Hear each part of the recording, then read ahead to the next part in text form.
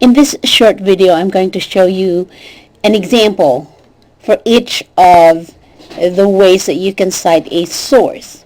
So the first pattern that we use is we use a citation phrase before giving the quoted or restated or reworded information from a source. So the pattern is a citation phrase plus the information from a source. And let me show you an example of that. Here is one example. Woodhead, and then you put the year published, asserted that. Remember that I gave you a table for citation verbs. Okay, in this particular citation, the writer uses the word asserted, and then he adds the information. And in this same example, the pattern is exactly showing you the author and the citation verb, Smith wrote, and then the information.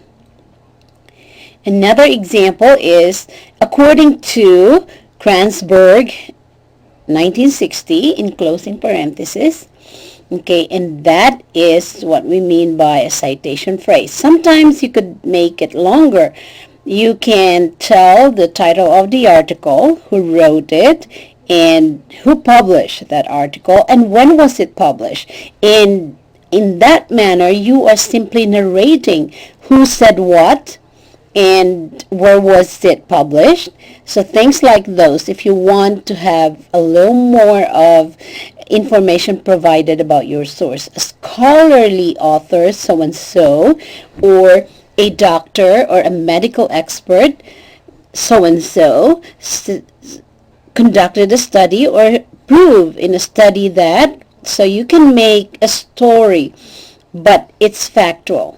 You have the actual information from a source, but you narrate, or you give your readers some tiny bits of information about your source, about the source for your information. Now let's go to the next type of citing a source. It is the use of a parenthetical citation within the quoted or reworded sentence. Let me show you some examples for that. In this particular example, we have the information that says the GPS system consists of 24 Earth orbiting satellites that circle the planet at a rate of 12,000 miles per hour, and so on. And at the end of the information is a parenthetical citation indicating that this information has been taken from this source, and it was published in 2011. So you have the author or author's last name plus the year published. We call this a short parenthetical citation. Here is another example. We have the information saying that the United States Army is even going to try to replace, cumbersome wearable computers and so on. And then we have the title of the article, which is Smartphones, published in 2011. So you see, there's a quotation mark at the beginning of the article, but this happens to be just one word, but you can have 3 words or more, or 5 words in a title of the article, and you have a comma, but you enclose the title of the article in quotation marks.